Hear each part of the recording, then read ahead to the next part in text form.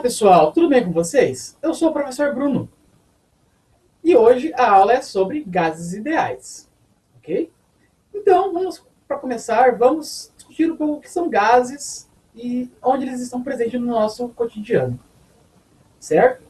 Embora não podemos vê-lo, existem várias situações onde podemos encontrar os gases. Por exemplo, no processo da fotossíntese.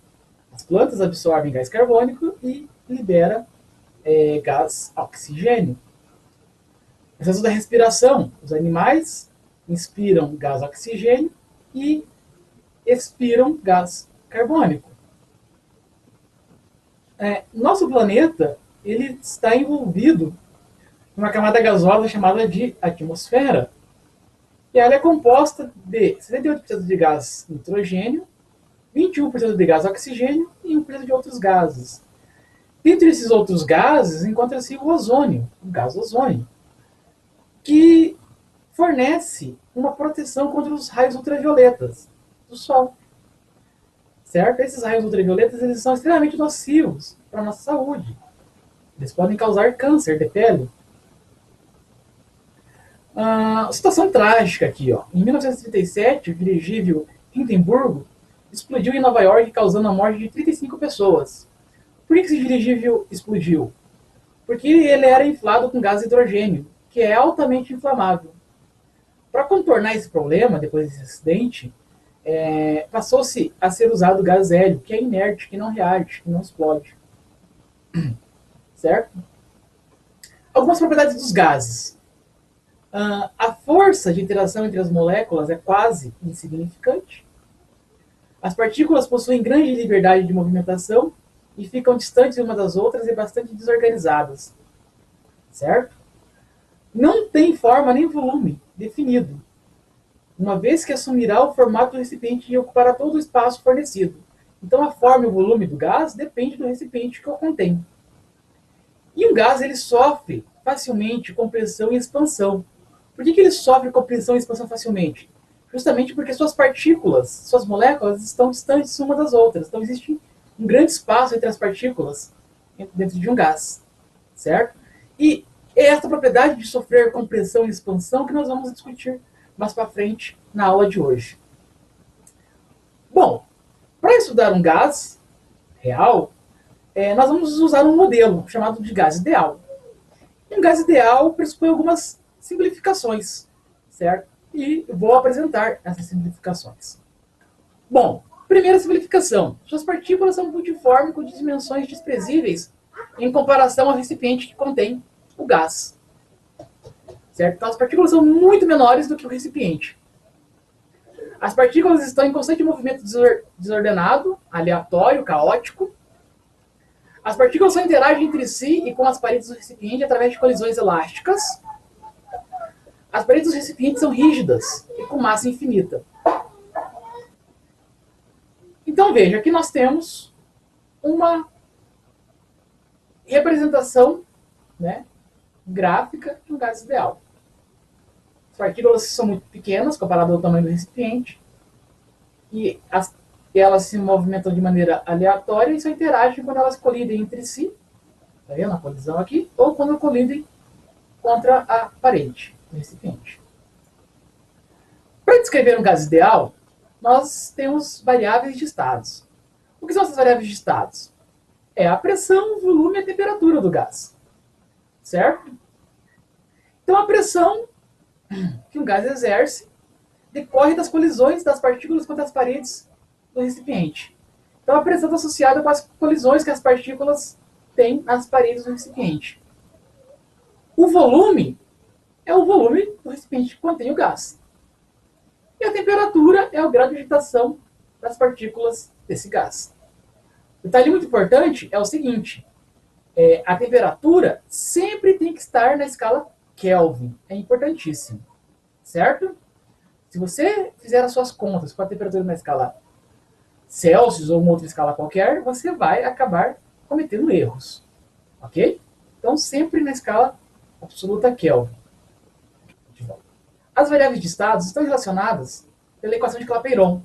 E diz o seguinte, que Pressão vezes volume é igual a N vezes R vezes temperatura. M é o número de mols, lá da química, lembram? R é a constante dos gases ideais, que vale 0,082 atmosfera litro mol Kelvin, que é aproximadamente 8,317 Joule por mol Kelvin. Certo? Então, R é a constante dos gases ideais ou constante dos gases perfeitos. Essa expressão nós vamos utilizá-la com bastante frequência.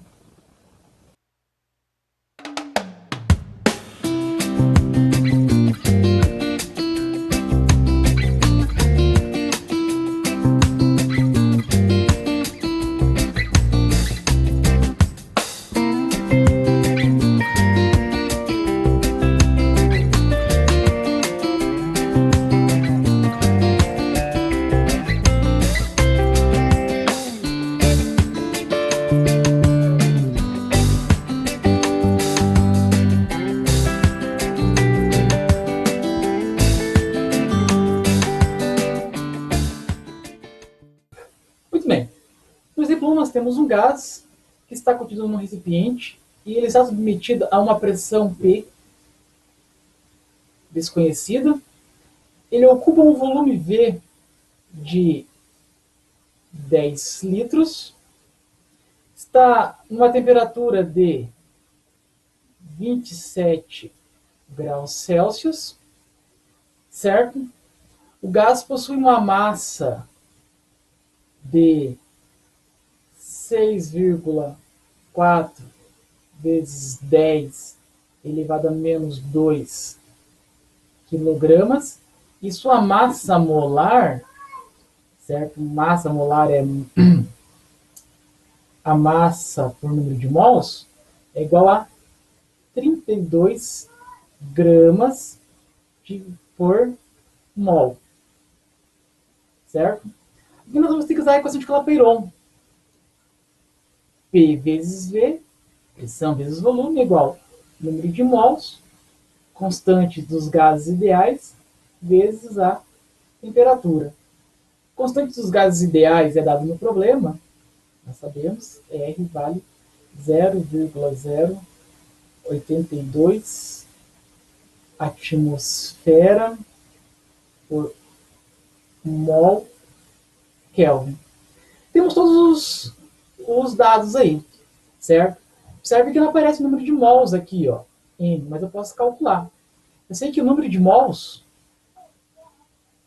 é igual a massa do gás dividido pela massa molar, certo?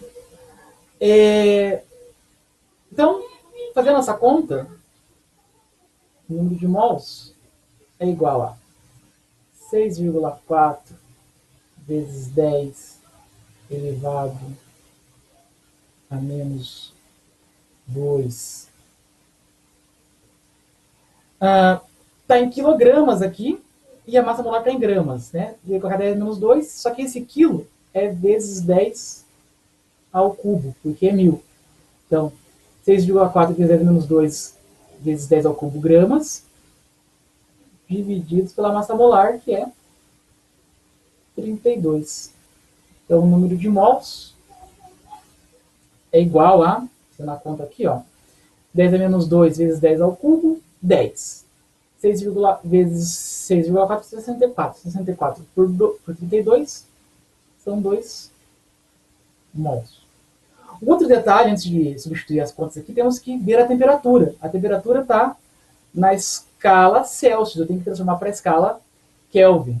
Então, eu sei que a temperatura na escala Kelvin é a temperatura na escala Celsius mais 273. Então, nossa temperatura vai ser 27 mais 273, que resulta em 300 Kelvin. Substituindo os valores na equação de Clapeyron, nós temos, então, pressão desconhecida, volume 10 litros, é igual a 2 vezes 0,08, a constante real, a constante dos gases ideais, vezes 300, que é a temperatura, 300 kelvins. Então, pressão é igual. Veja, vai ser 2 vezes 0,08 vezes 300 divididos por 10. Posso simplificar esse zero com esse zero. Então, a pressão é igual. 2 vezes 0,8 vezes 30, 4,8 atmosfera. Alternativa D. Ok, pessoal? Valeu. Transformações gasosas. Então, considere que uma certa quantidade de gás ideal está contida dentro de um recipiente com êmbolo móvel. Disse que esse gás sofre transformação quando suas variáveis de estado são alteradas.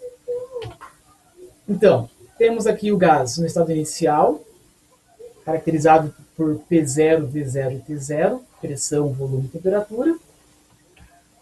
Após sofrer a transformação, ele vai para o estado final, caracterizado por PVT, pressão, volume e temperatura final.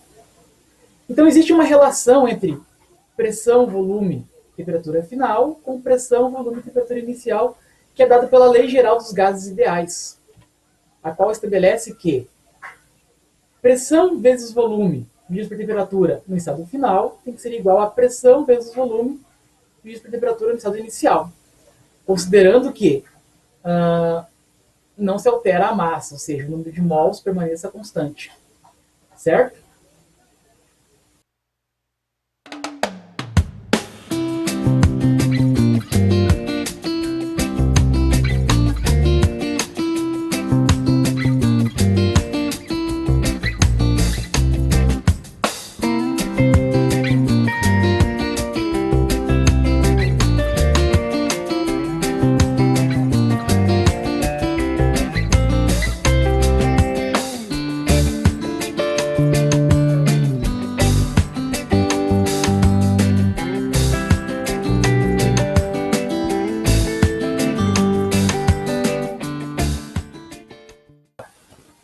Bem, nesse problema nós temos um gás que inicialmente encontra-se numa pressão P1 de 15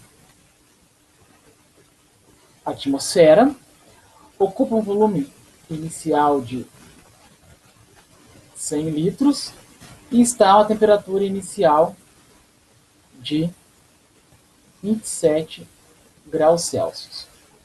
Aí ele sofre a transformação gasosa e passa para uma pressão P2 desconhecida. Ele sofre um decréscimo de 20 litros em seu volume. Então, se o volume inicial era 100 litros e ele sofreu um decréscimo de 20, o volume final são 80 litros. E ele sofre um acréscimo na temperatura de 20 graus Celsius. Então, se a temperatura inicial era 27, mais 20, então a temperatura final é 47 graus Celsius. Só para registrar aqui, nós temos um decréscimo de volume de menos 20 litros e um acréscimo de temperatura de 20 graus Celsius. E ele quer saber qual é o acréscimo na pressão. O acréscimo na pressão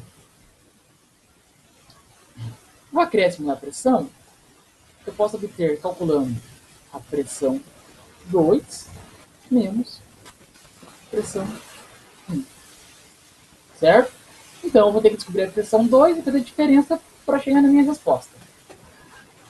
Aqui eu vou usar, como está variando as três quantidades, eu vou usar a Lei Geral dos Gases Ideais.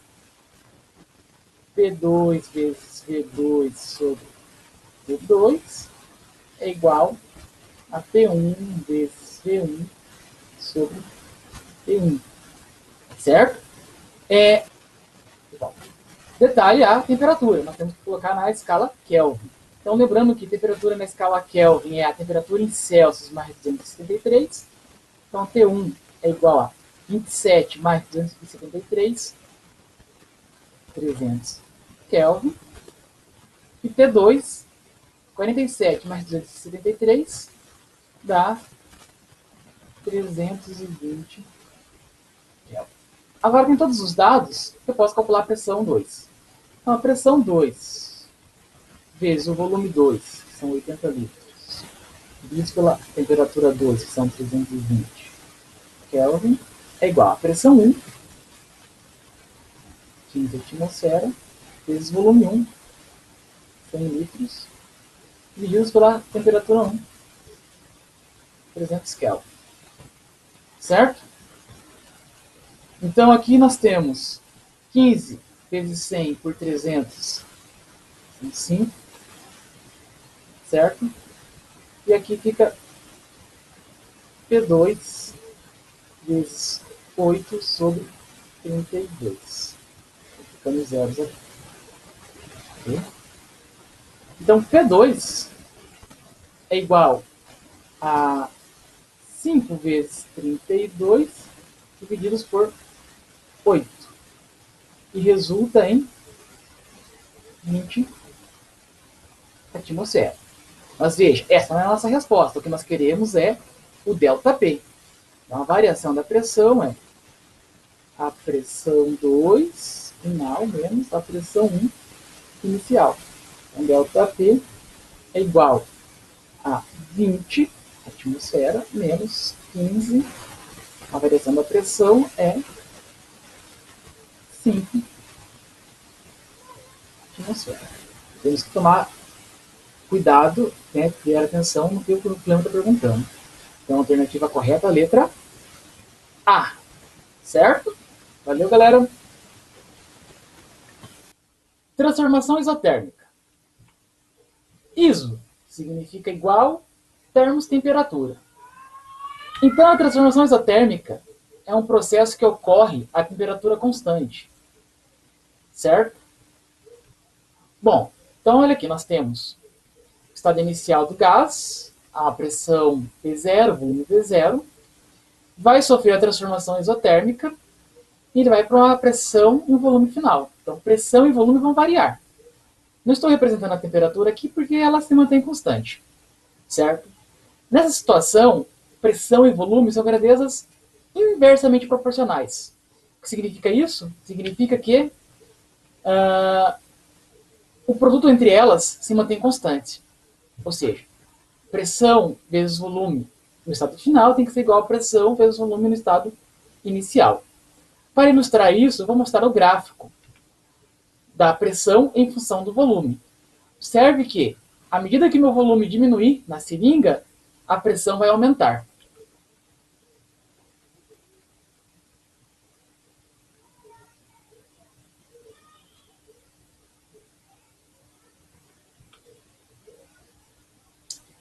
Certo?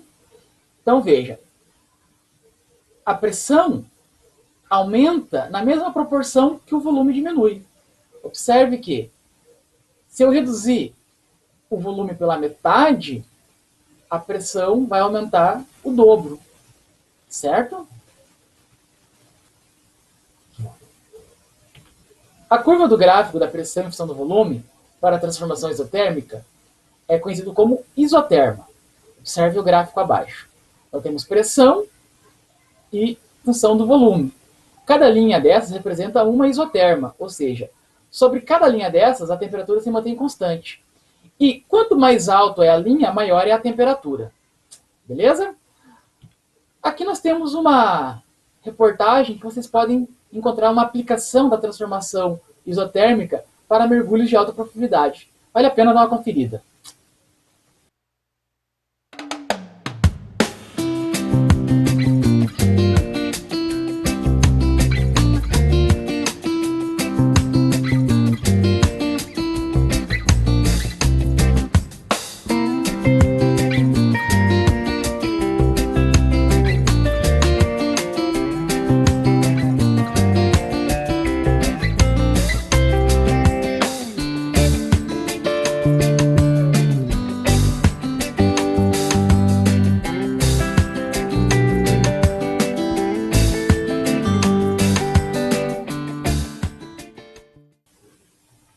Neste problema, nós temos uma bolha de refrigerante que se forma no fundo do copo.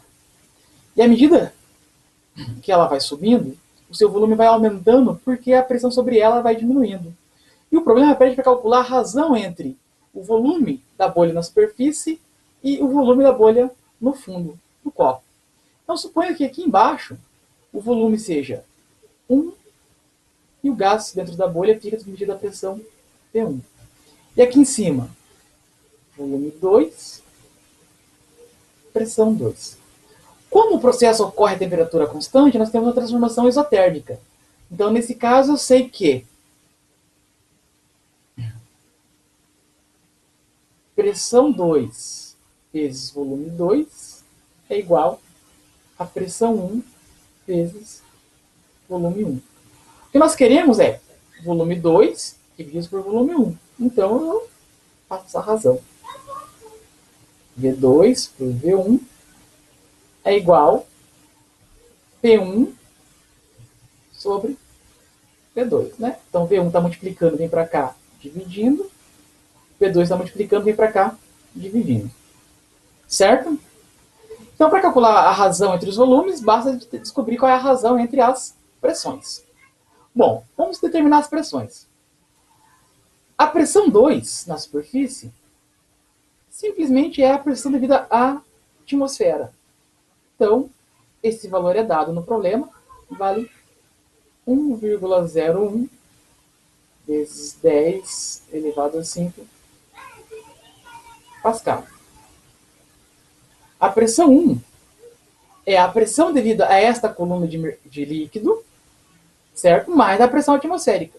Então, vamos usar os conceitos de hidrostática, que diz o seguinte, que neste caso, pressão 1 vai ser a pressão atmosférica mais a pressão da coluna de líquido é simplesmente a densidade do líquido vezes a gravidade vezes a altura. Isso que é o princípio de Stevens. Então, pressão 1 é igual a 1,01 vezes 10 elevado a 5 Pascal vezes mais a densidade do líquido, 1000, vezes a gravidade local, 10, vezes a profundidade, 0,1 metro, que são 10 centímetros. Então, a pressão 1 é igual a 1,01 vezes 10 elevado a 5, mais 1000 vezes 10 vezes 0,1 é o próprio 1000, certo? Agora eu tenho que somar esses dois termos. Aqui tem 10 elevado a 5 e aqui tem 1000. Deixar todo mundo na mesma potência com o mesmo expoente. Então, P1 é igual. Eu vou transformar esse 1,01 para 101. Estou caminhando minha vírgula duas casas para a direita. Vou subtrair 2 do meu expoente. Vezes 10 ao cubo. Mais 1000 é 1 vezes 10 ao cubo. 101 vezes 10 ao cubo mais 1 vezes 10 ao cubo são 102 vezes 10 ao cubo, que é a mesma coisa que 1,02 vezes 10 elevado a 5 Pascal.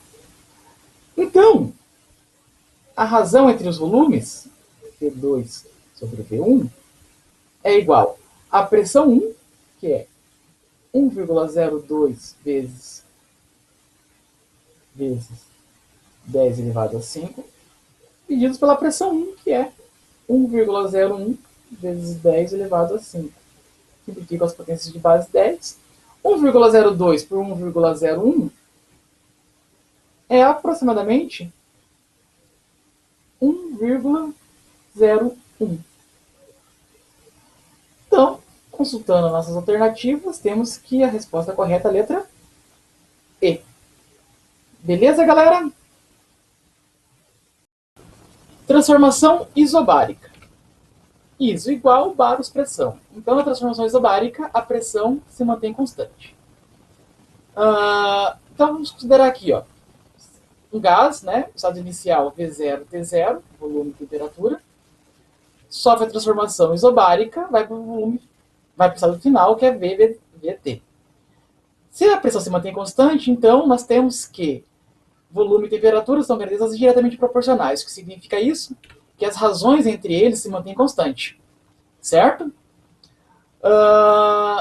Então, além disso, diretamente proporcional significa que quando um aumenta, o outro também aumenta. Então aqui nós temos o gráfico do volume em função da temperatura, volume na horizontal, temperatura na vertical. E observe, à medida que o volume vai aumentando, a temperatura também vai aumentando.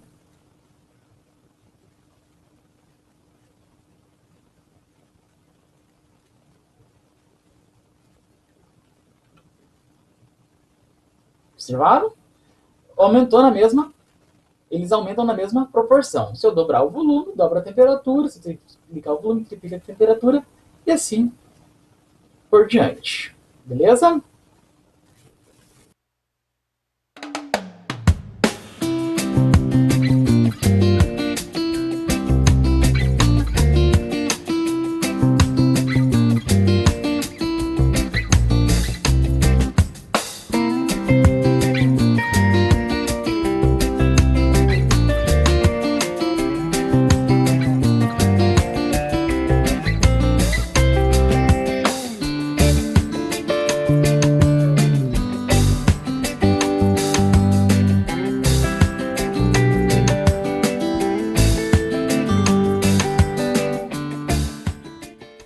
Bom, neste problema nós temos um gás que inicialmente encontra-se a um volume de 100 litros, submetido a uma pressão inicial de 27 graus Celsius. Aí ele sofre uma transformação isobárica. Seu volume final é desconhecido e sua temperatura final são 87 graus Celsius. O problema pede para determinar o volume final. Para uma transformação isobárica, nós temos o volume final dividido pela temperatura final, que seria igual ao volume inicial dividido pela temperatura inicial. Aqui nós temos que tentar, para o detalhe da temperatura, novamente está em graus Celsius, temos que transformar para Kelvin. Lembrando que a temperatura em Kelvin é a temperatura em Celsius mais 273. Então a temperatura 1 fica 27 mais 273 são 300 kelvins. A temperatura 2, 87 mais 273, 360 kelvin. Substituindo esses valores nessa expressão, temos V2 divididos por T2, T2 são 360, é igual a V1, 100, divididos por T1, que são 300. 100 sobre 300 dá 1 terço, então V2 sobre 360 é igual a 1 terço. Então V2 é igual a 360 divididos por 3. V2 é igual a 120 litros. Ou seja, a temperatura aumentou, o volume também aumentou. Olhando nossas alternativas, vemos que a resposta correta é a letra D. Ok? Transformação isocórica. Iso igual coros volume. Então, nessa transformação, o volume permanece constante. Então, temos aqui nosso gás, a pressão inicial, a temperatura inicial, T0, T0, sofre a transformação isocórica, vai para o volume final, a temperatura final. Neste caso, temperatura e pressão são proporcionais, diretamente proporcionais. Certo? Então, significa que a razão entre elas se mantém constante. Aqui nós novamente temos o gráfico, agora da pressão na horizontal pela temperatura na vertical, mantendo o volume constante. E à medida que a pressão aumenta, a temperatura também aumenta na mesma proporção. Certo? Observe. Então está aí.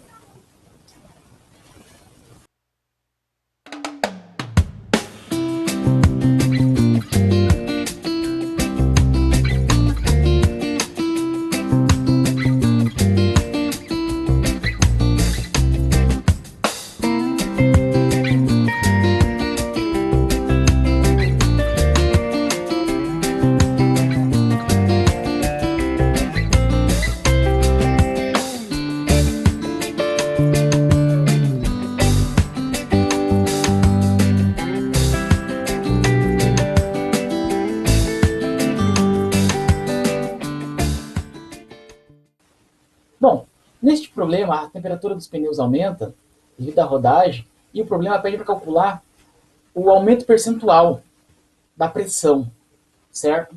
Bem, então nós temos que, inicialmente, a pressão do pneu é P1, desconhecido, certo? E ele está a uma temperatura 1 que vale 27 graus Celsius, certo? Que nós já sabemos que é equivalente a 300 Kelvin. Basta somar 273 para transformar em Kelvin. E ele passa para uma pressão 2, também desconhecido, porque vai aumentar a temperatura, né? Então aumenta a pressão, considerando que o volume mantém-se praticamente constante, então nós temos a transformação isocórica. E essa temperatura 2, ela vale 54 graus Celsius, que é equivalente a 327 Kelvin. O aumento percentual, né, da pressão, eu posso calcular assim, ó. Delta U P percentual. Ele é igual à pressão final, P2, menos a pressão inicial, P1, divididos pela pressão inicial. Estou calculando quantos por cento aumentou em relação à pressão 1, vezes 100, certo? Então, de alguma forma, eu tenho que determinar quanto que vale P1 e P2. Bom, se é uma transformação isocórica, nós temos que... Segue aqui. Então, a razão entre a pressão final pela temperatura final, P2 sobre P2, é igual à pressão inicial pela temperatura inicial. Veja, eu não conheço as pressões 1, 2. Eu não vou conseguir resolver essa conta, essa equação. Mas pelo menos vou achar uma relação entre P2 e P1. Como? Vamos ver. Então, P2 dividido pela temperatura 2, que é 327, é igual a P1 dividido pela temperatura 1, que é 300. Consegue que P2 é igual a 327 divididos por 300 P1. Essa fração 327 por 300 é aproximadamente 1,09. Então P2 é 1,09 vezes P1. Resultado, substituindo uma expressão, referência percentual de pressão, nós temos que delta P, porcentagem aqui, é igual a P2, 1,09 vezes P1 menos 1 P1. Tudo isso divididos por P1 vezes 100. Então a diferença percentual, o aumento percentual, vamos dizer assim, é 1,09 menos 1, 0,09 vezes P1 divididos por P1, isso tudo vezes 100. Simplifico P1 com P1, então a diferença percentual aí é 0,09 vezes 100, 9%. Consultando nossas alternativas, temos que a resposta correta é a letra C. Transformações gasosa e cíclica. Disse que uma transformação gasosa é cíclica quando, após duas ou mais transformações, o gás volta para o seu estado inicial. Então, eu vou exemplificar uma transformação gasosa cíclica aqui. Então, inicialmente, nós temos o gás estado 1. Aí ele sofre, por exemplo, uma transformação isotérmica. Veja um gráfico, vai do estado 1 para o estado 2. Né? Nós temos a nossa isoterma em verde. Depois, ele sofre uma transformação isocórica. Mantém o volume constante. Vai do estado 2 para o estado 3. E aí ele retorna para o estado 1 através de uma transformação isobárica, pressão constante. Isso é a transformação cíclica, certo?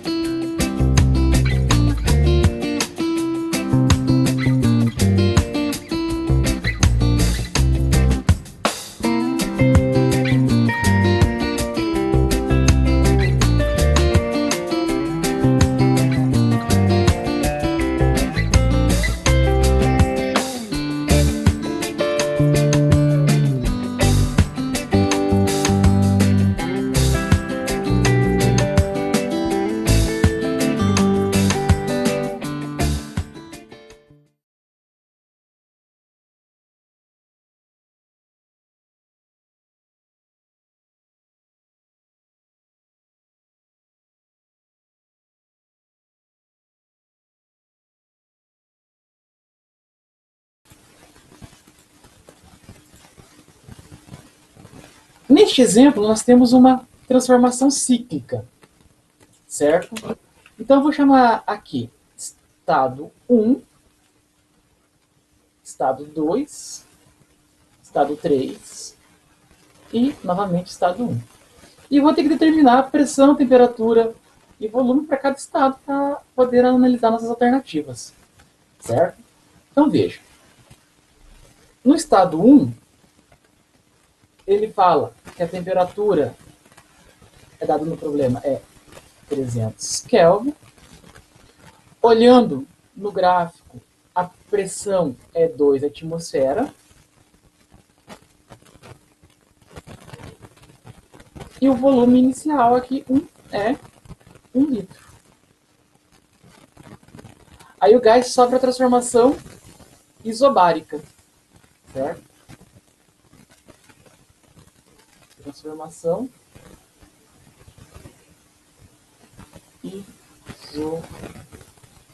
isobárica. Bom, se transformou em isobárica, a pressão se mantém a mesma. Então ele vai para uma temperatura 2, que eu não conheço ainda. Isobárica, pressão 2 é a mesma, então são 2 atmosfera. E o volume, olhando aqui para a nossa expressão, né, em 2, são 2 litros. 2 litros. Do estado 2 para o estado 3, nós temos uma transformação isocórica. Certo? Então, isocórica mantém-se o volume constante. Então, a temperatura T3 eu não sei ainda. A pressão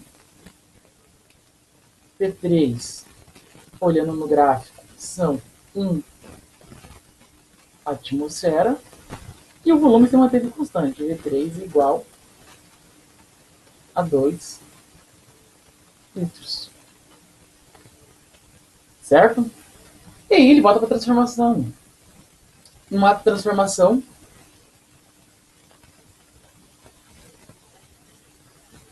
isotérmica. Então, ele mantém a mesma temperatura. Então, T1 é igual a 300 Kelvin. P1 igual a 2 atmosfera. E V1 igual a 1 litro. Como a transformação de 3 para 1 é isotérmica, eu já conheço, eu já posso determinar a temperatura 3. A temperatura 3 é o próprio 300 Kelvin. Certo? Se eu olhar no gráfico, o ponto 1 e o ponto 3, eles estão na mesma isoterma. Certo? Então tem a mesma temperatura. Aí só falta determinar a temperatura 2. De 1 para 2, eu tenho a transformação isobárica. Isobárica, transformação pressão constante. Então temos que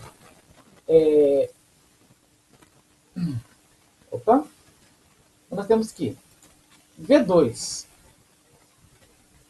sobre T2 é igual V1 sobre T1.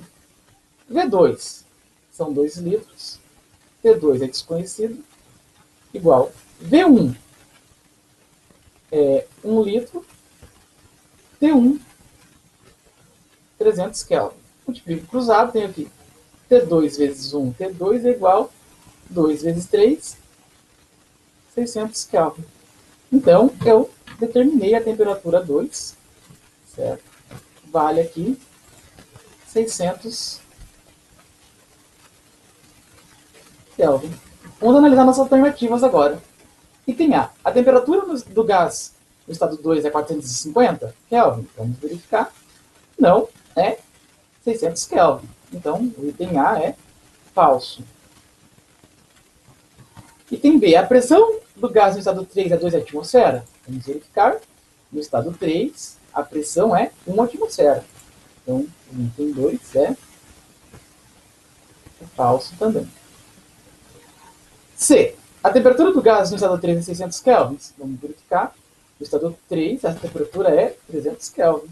Então, a letra C também é Falsa. B. O volume do gás no estado 2 é 10 litros? Não, né? O volume no estado 2 são 2 litros. Então, a letra D também é falsa. Letra E. A pressão do gás no estado 2 são 2 atmosferas? A pressão do gás no estado 2 são 2 atmosferas. Alternativa correta, então, letra E. Beleza, galera? Ok. Valeu.